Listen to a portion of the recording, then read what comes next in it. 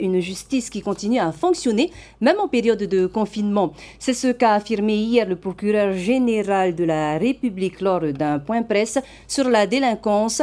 Comment les dossiers sont traités, quels sont les délais? Je vous propose d'en parler avec Mike Léral que nous retrouvons en direct depuis le Conseil de l'Ordre des avocats. Bonsoir Mike. Bonsoir Jeanne, effectivement, ici au Conseil de l'Ordre des avocats, nous allons parler de toutes ces questions avec Benoît Bouissier, qui est le bâtonnier de l'Ordre des avocats en Polynésie française. Benoît Bouissier, bonsoir. Je vous propose de commencer avec justement les prisons. On a parlé de Tatoutou dans le reportage juste avant. Comment ça se passe à Nutania selon les informations que vous avez ? Alors vous savez que nous avons en Polynésie 2 centres pénitentiaires et on peut dire que nous avons en réalité le pire et le meilleur.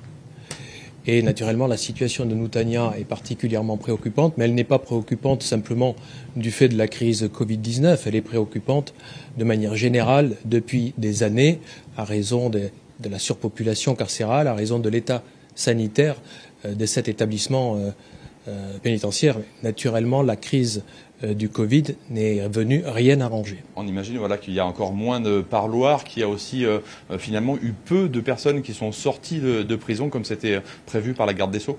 Alors c'est vrai que Madame la garde des Sceaux avait fait des annonces en ce sens. Elle prévoyait ou en tout cas avait donné des instructions pour que des détenus en fin de peine puissent être libérés, environ 5000. Je crois qu'en France, ces chiffres ont été respectés ou même dépassés. En revanche, selon la juridiction, la situation est vraiment différente et ici en Polynésie, je crois savoir que nous avons eu un peu moins de 5 libérations. Plus généralement, quelles sont les conséquences du confinement sur l'activité du tribunal et ce que vous pouvez en voir de votre côté en tant qu'avocat ? Alors, comme vous savez, le tribunal est fermé depuis le 16 mars du fait de la crise Covid, mais il est fermé uniquement au public. C'est-à-dire qu'en réalité, derrière les murs, les gens sont présents, les gens travaillent, bien sûr, certains des personnels sont confinés, mais des roulements ont été mis en place pour que le tribunal fonctionne à peu près normalement. On a établi un plan de continuité avec les magistrats de la Cour, les magistrats du tribunal civil, et ce plan de continuité donc s'écoule à peu près normalement, ce qui permet de gérer les dossiers les plus urgents, les plus essentiels, et naturellement ceux qui le sont moins sont renvoyés à des dates ultérieures. Est-ce qu'on peut imaginer que dans ces conditions, certains échappent à la justice ? Non, je ne pense pas, parce que pour tout ce qui est atteinte aux biens, atteinte aux personnes, la juridiction correctionnelle fonctionne au moyen des comparutions immédiates, qui est une procédure pénale rapide.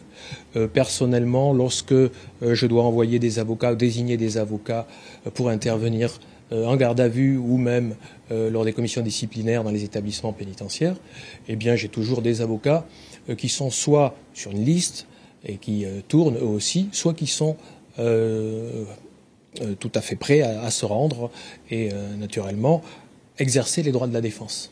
Quelles sont les conséquences peut-être économiques, peut-être également sanitaires sur votre profession, la profession des avocats ?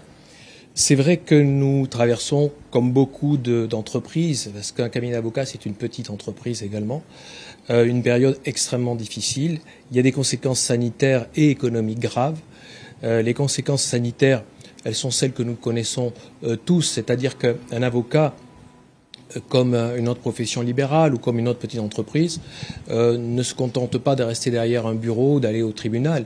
Les avocats, de jour comme de nuit, comme je vous le disais à l'instant, sont parfois désignés, amenés à intervenir à l'autre bout de l'île pour assister des gens en garde à vue. Et donc ce sont des conditions de travail qui sont difficiles parce qu'il y a à ces moments-là une promiscuité judiciaire importante qui est potentiellement pathogène. Et c'est une des raisons qui ont fait que les avocats étaient très demandeurs de ce que les gestes barrières dont on nous parle tant sont effectivement respectés à l'intérieur des lieux de justice, dans les bâtiments qui sont sous la responsabilité de l'État. En tout cas, maintenant, vous avez des masques. Nous avons eu, grâce au pays, effectivement un lot de 200 masques, mais c'est un lot qui va s'épuiser, je pense, malheureusement, rapidement. Et puis les conséquences économiques, c'est vrai qu'un tribunal fermé, un cabinet qui lui-même n'est pas ouvert à sa clientèle, c'est un cabinet qui ne génère pas de chiffre d'affaires, qui n'a pas de revenus. Et donc c'est une situation qui ne peut pas durer. Et il est important que les affaires reprennent, que dès qu'on sortira de ce confinement, la machine judiciaire se réenclenche et fonctionne à peu près normalement. Merci beaucoup, maître Benoît Bouissier. Voilà ce qu'on pouvait dire ici au Conseil de l'Ordre des avocats et préciser aussi, bien sûr, qu'à la fin du confinement, eh bien, probablement la justice va avoir un petit peu du mal à se remettre en ordre et que les dossiers vont prendre un petit peu de temps à être jugés. Mais voilà, on espère que tout va bien se passer de ce côté aussi là.